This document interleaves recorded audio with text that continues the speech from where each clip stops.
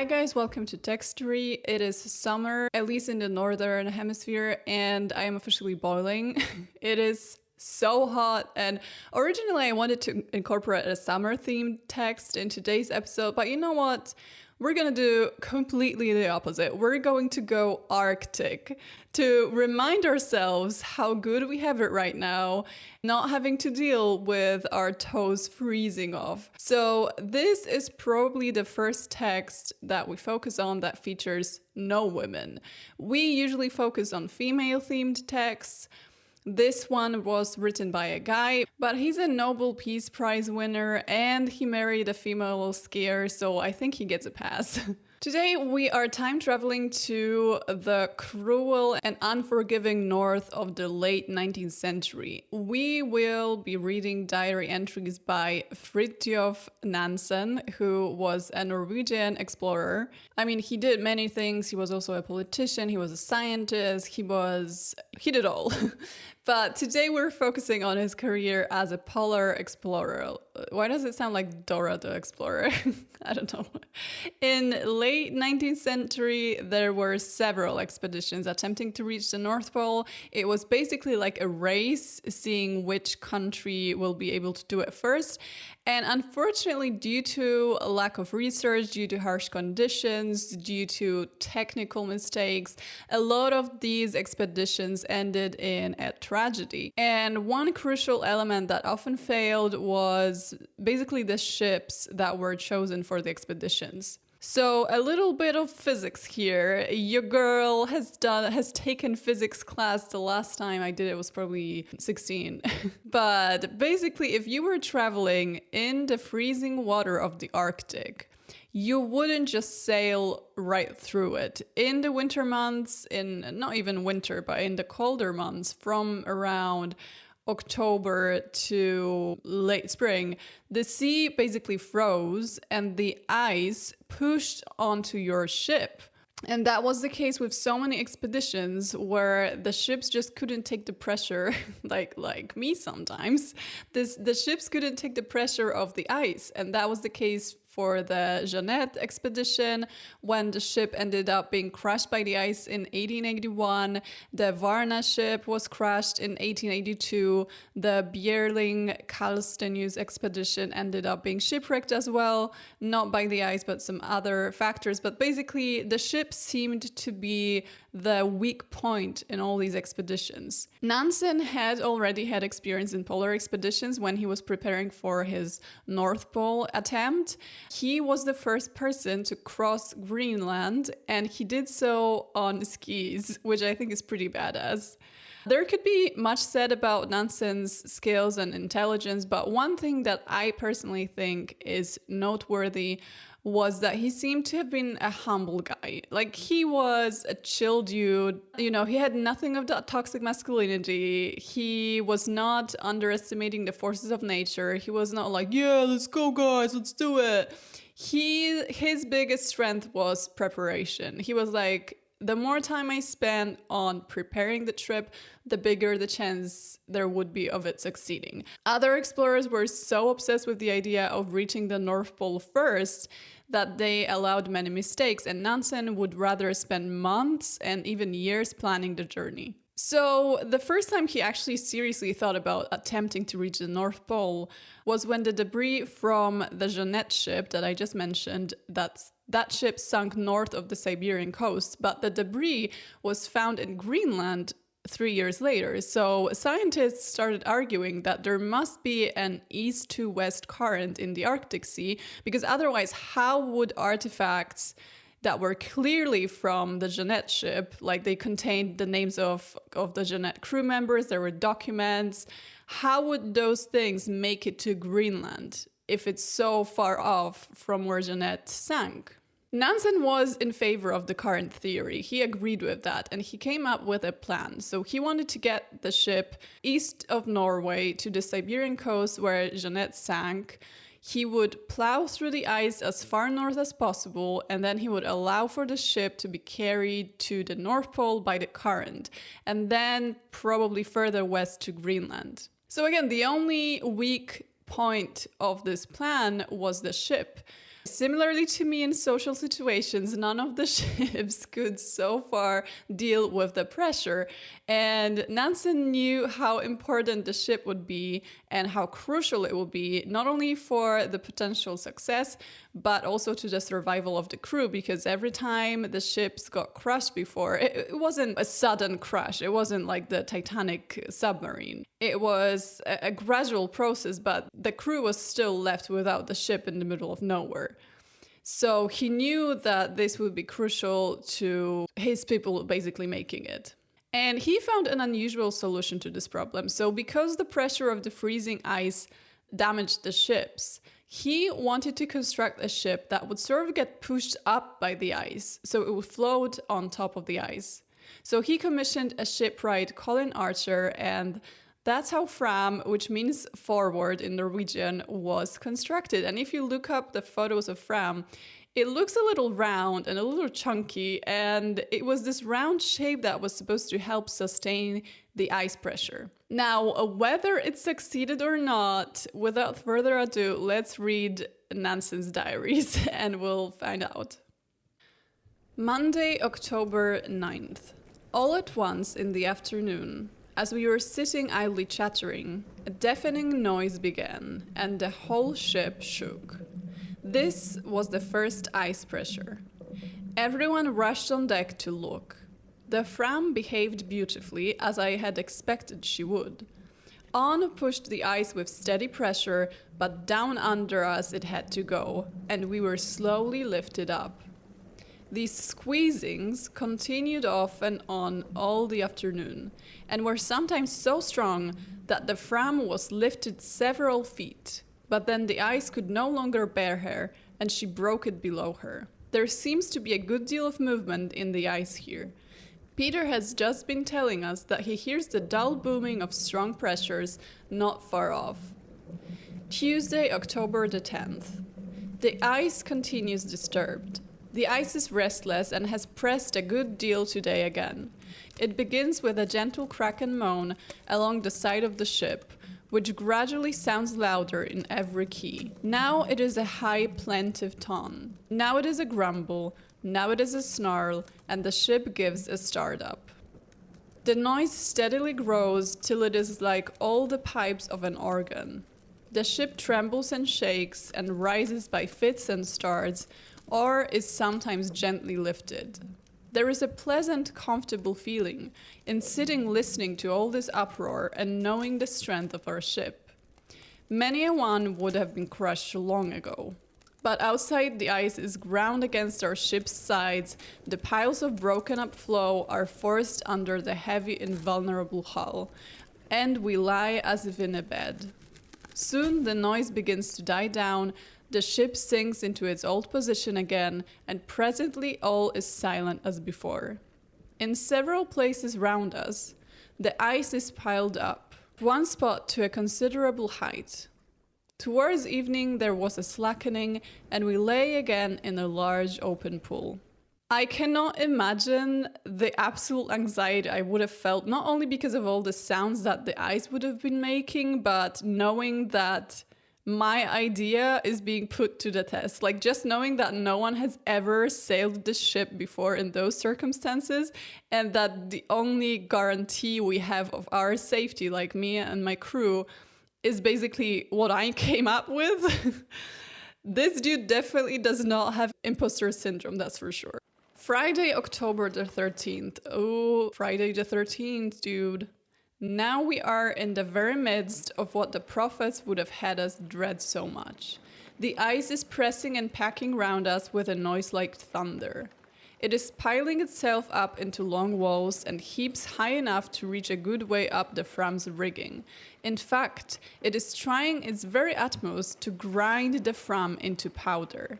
But here we sit quite tranquil, not even going up to look at all the hurly-burly, but just chatting and laughing as usual.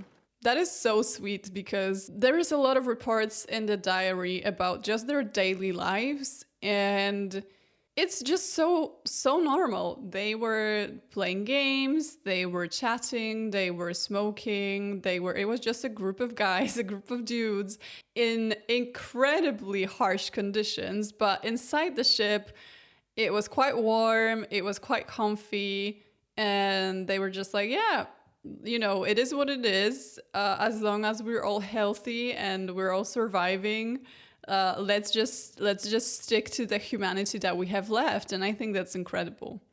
Last night there was tremendous pressure around our old dog Flo. Just a little bit of background here. Basically, the core of Nansen's Fram expedition was the dogs. He took a lot of dogs with him. They also had a lot of animals on board to, well, basically get food. The dogs were mostly for transport and company as well. And if they were stuck in ice, the dogs would usually be stationed outside. Those were the Samoyed dogs, so they were quite safe out there. And the dogs were also sort of guards to the whole encampment because they would spot polar bears and any other predators from afar. The ice had towered up higher than the highest point of the floe and hustled down upon it. It had quite spoiled a well where we till now had found good drinking water, filling it with brine. Furthermore, it had cast itself over our stern ice anchor and part of the steel cable which held it, bearing them so effectually that we had afterward to cut the cable. Then it covered our planks and sledges which stood on the ice. Before long the dogs were in danger and the watch had to turn out all hands to save them. At last the floe split in two. So they basically had to take the dogs back on board. If I remember correctly, there were about 30 dogs on board initially. I might be lying. This morning the ice was one scene of melancholy confusion, gleaming in the most glorious sunshine. Piled up all around us were high, steep ice walls. Strangely enough, we had lain on the very verge of the worst confusion, and had escaped with the loss of an ice anchor, a piece of steel cable, a few planks and other bits of wood, and half of a Samoyed sledge, all of which might have been saved if we had looked after them in time.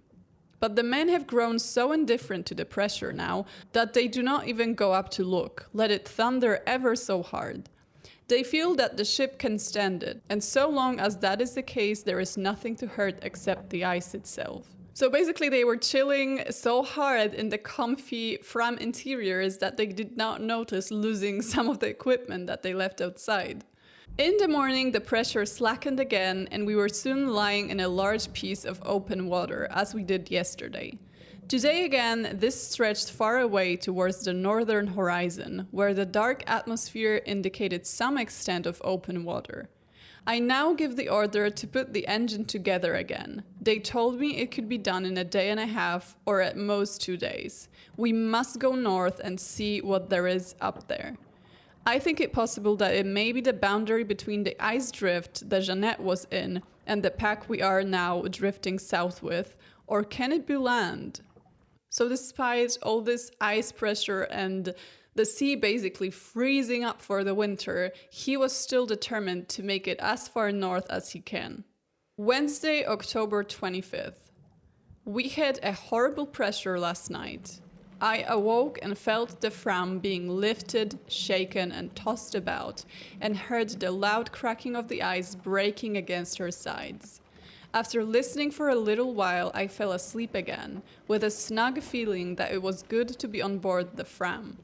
It would be confoundedly uncomfortable to have to be ready to turn out every time there was a little pressure, or to have to go off with our bundles on our backs like the Tegethoff people. He is referring to the Tegethoff expedition, which did basically come down to constantly having to evacuate the ship and then going back there and then evacuating and having all your stuff with you, and then eventually it was a failure. It is quickly getting darker.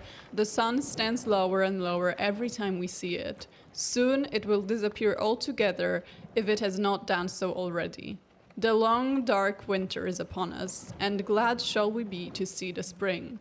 But nothing matters much if we could only begin to move north. There is now southwesterly wind, and the windmill, which has been ready for several days, has been tried at last and works splendidly. We have beautiful electric light today, though the wind has not been especially strong. Electric lamps are a grand institution. I do agree with you, my guy. What a strong influence light has on one's spirits. There was a noticeable brightening up at the dinner table today. The light acted on our spirits like a draught of good wine.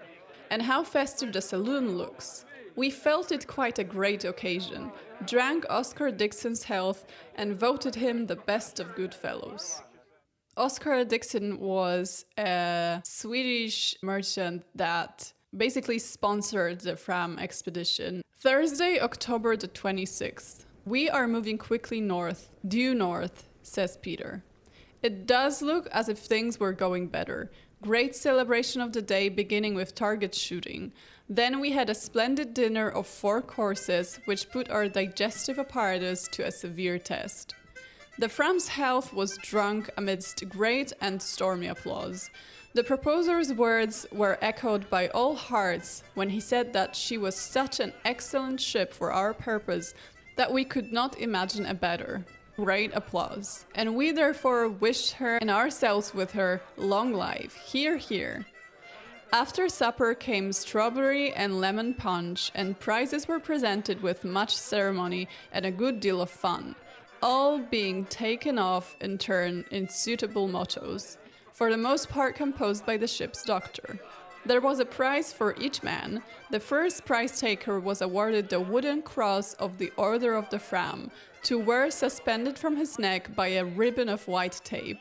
The last received a mirror in which to see his fallen greatness. Smoking in the saloon was allowed this evening, so now pipes, toddy, and an animated game of whist ended a bright and successful holiday.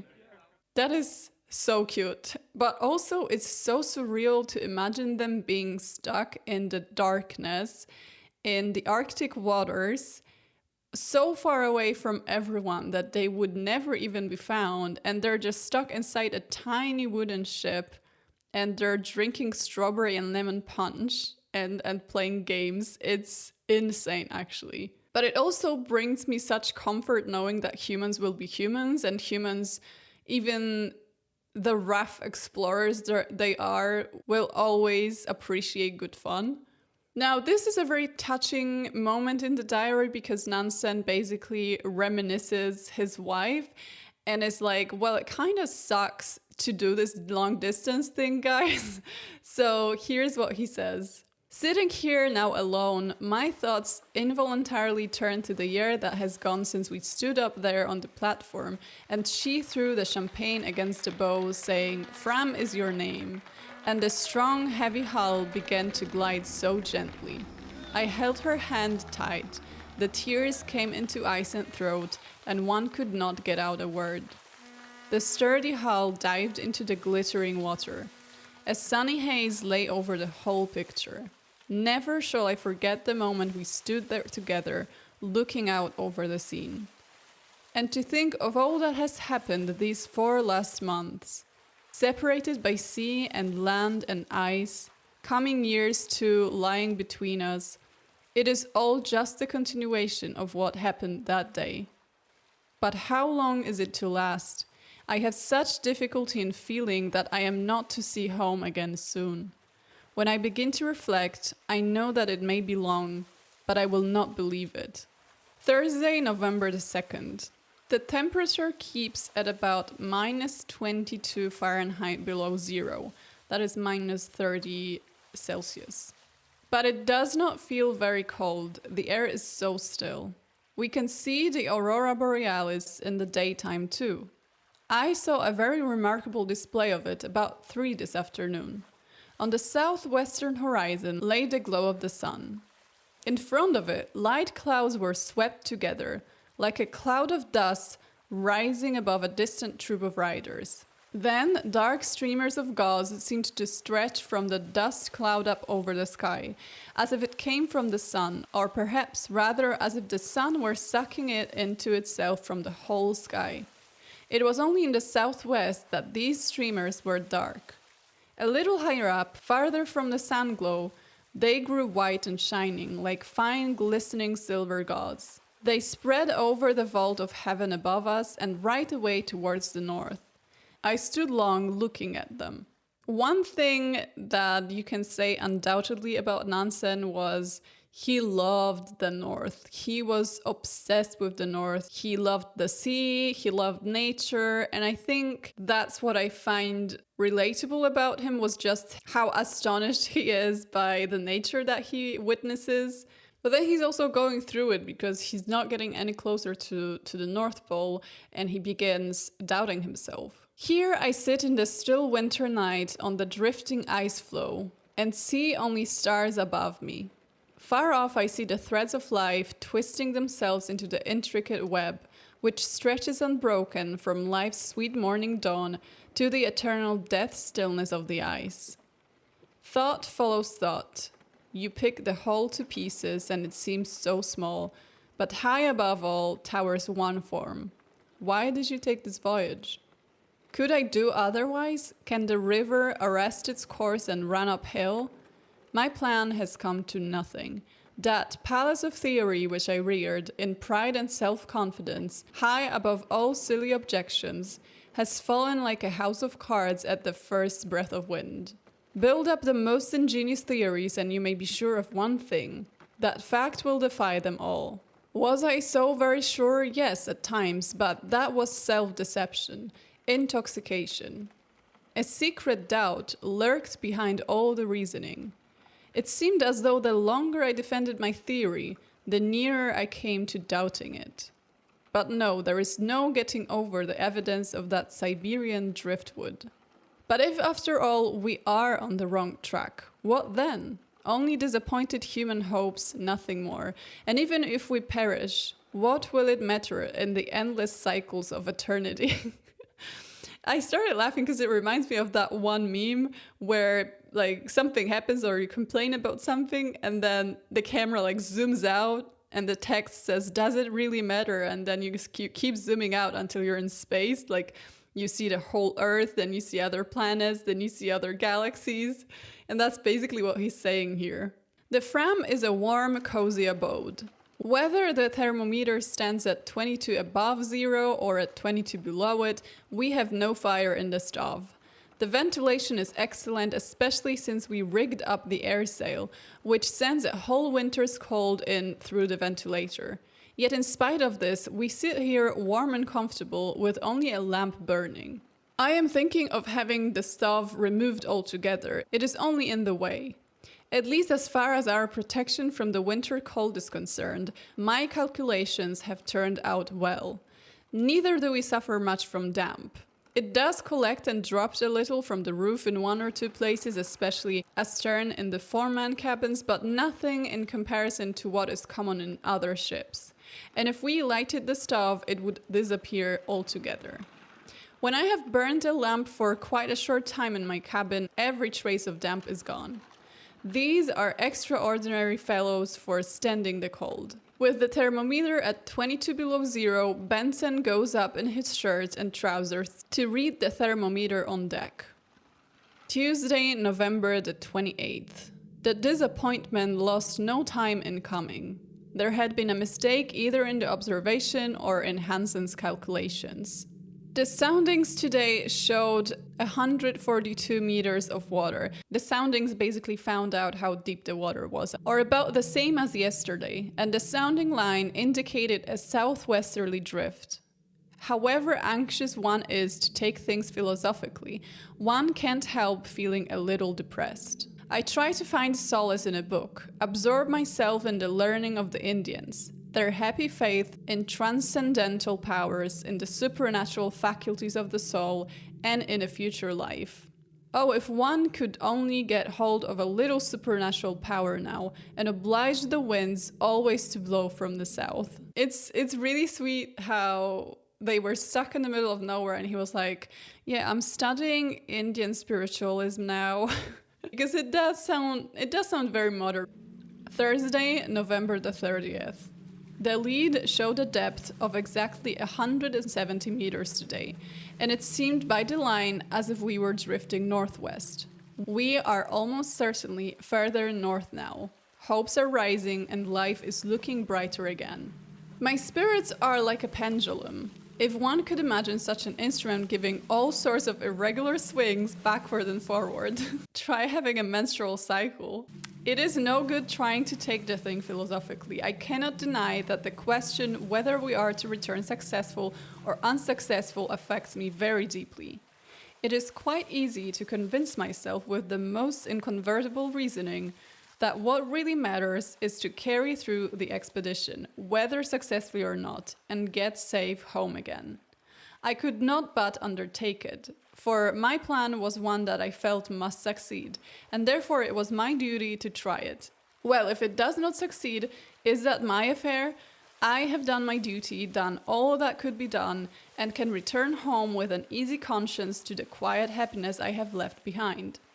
What can it matter whether chance, or whatever name you like to give it, does or does not allow the plan to succeed and make our names immortal?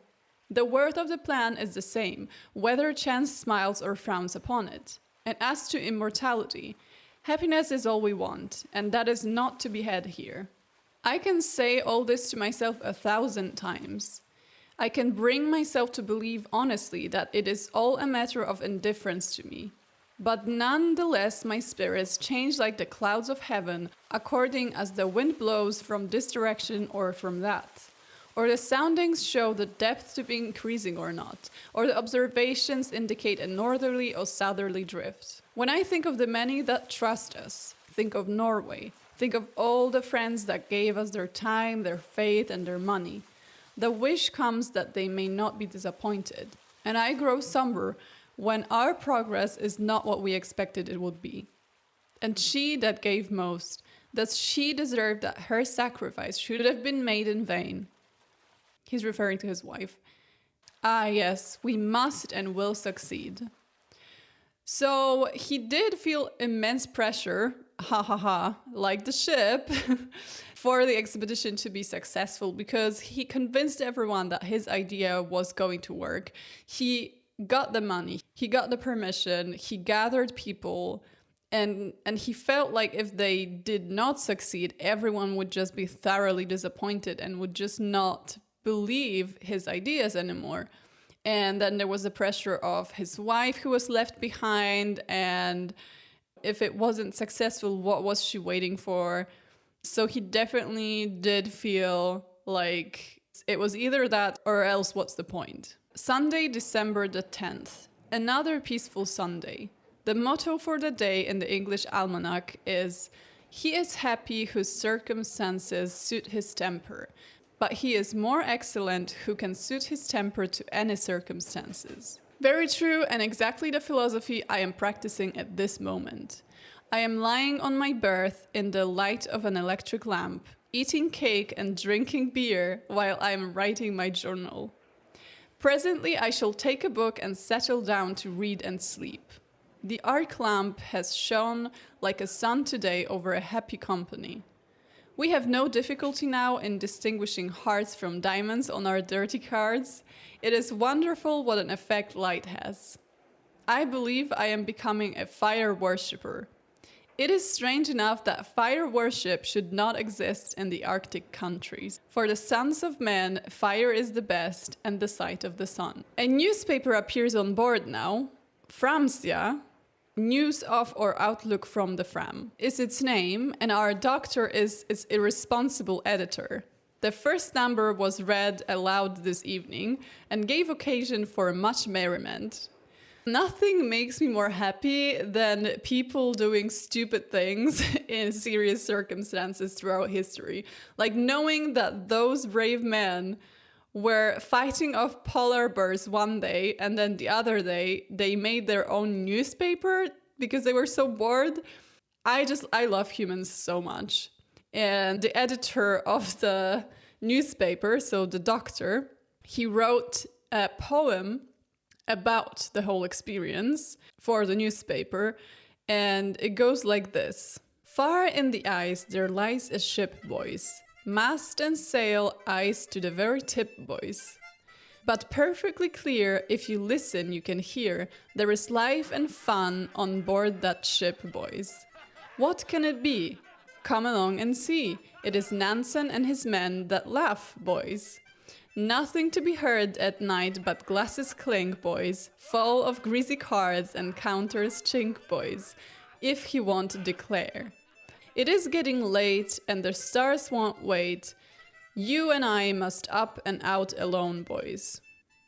The doctor here on board has naught to do, boys. Not a man to test his skill among the crew, boys. Well may he look blue, there is naught for him to do, when every man is strong and hearty too, boys. Now on the Fram, boys, he says, I am, boys, chief editor of newspaper for you, boys.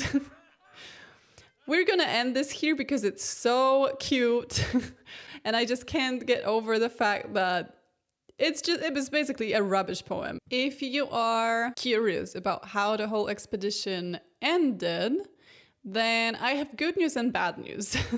The bad news is that they never made it to the North Pole, but the good news is that they all survived. Based on how slow they were moving on, Nansen calculated that it might take them even 5 years to reach the pole. So he was like, I ain't got time for that. And he decided that he and one companion would leave the ship and try reaching the pole on their own. In 1895, as they were preparing for that journey, for that last leg of the journey, the ship started shaking so badly that they thought for sure it's going to break. So they disembarked the ship and they were low-key expecting the ship to get crushed. But instead, the pressure just went away and the crew could go back on board. In spring, Nansen and Johansen from his crew started the march to the North Pole. They had a lot of mishaps, they had a lot of close calls, and they never made it to the North Pole again. But because of Nansen's good thinking, because of how well prepared they were, they constructed a hut, basically, to survive the winter, which I think is incredible. Those two men lived in that hut for 8 months, all alone, with like barely any supplies. They lived off bear, walrus, seal. They actually gained weight during that time, which I think is incredible. And then they accidentally, which I think is also like, what are the odds? They accidentally met someone. They met Frederick Jackson, who was also a polar explorer and who wanted to go with Nansen, but he was rejected.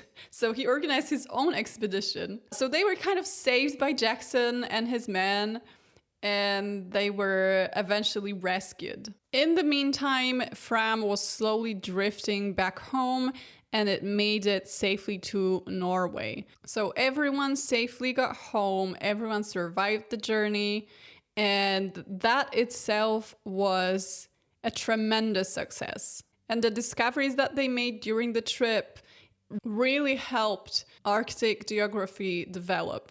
So even though they did not make it to the North Pole, they did prove the polar drift theory because they were drifting. It was just very slow. They gathered a lot of scientific data that would also help future scientists. So all in all, it was a fail, but it was a success. And now the coolest part is that Fram survived to this very day, and you can actually see it in Oslo. There is a very cool Fram museum built around the ship. You can walk the ship yourself, you can walk in their quarters, and I personally found it to be such a fascinating little museum because you could basically be in the rooms where they spent so many times and so many anxious moments. So if you're ever in Oslo, definitely check that museum out. And it is also not very expensive from what I remember, so it's definitely worth a visit. But basically, this whole story to me is a testimony to what it means to be well prepared for something, and that sometimes, even though you really want to just go and do it, it's better to spend more time thinking it through and planning. And that is something that I do intend to use in my daily life. So anyway, hope you enjoyed this episode. I personally feel a lot more cooler now, like cooler as in I'm actually cold. So it worked. It worked. Feel free to read more of Nansen's diaries because they're available via Gutenberg whenever he gets to you. Thanks for listening, and I'll hear you in another episode. Bye!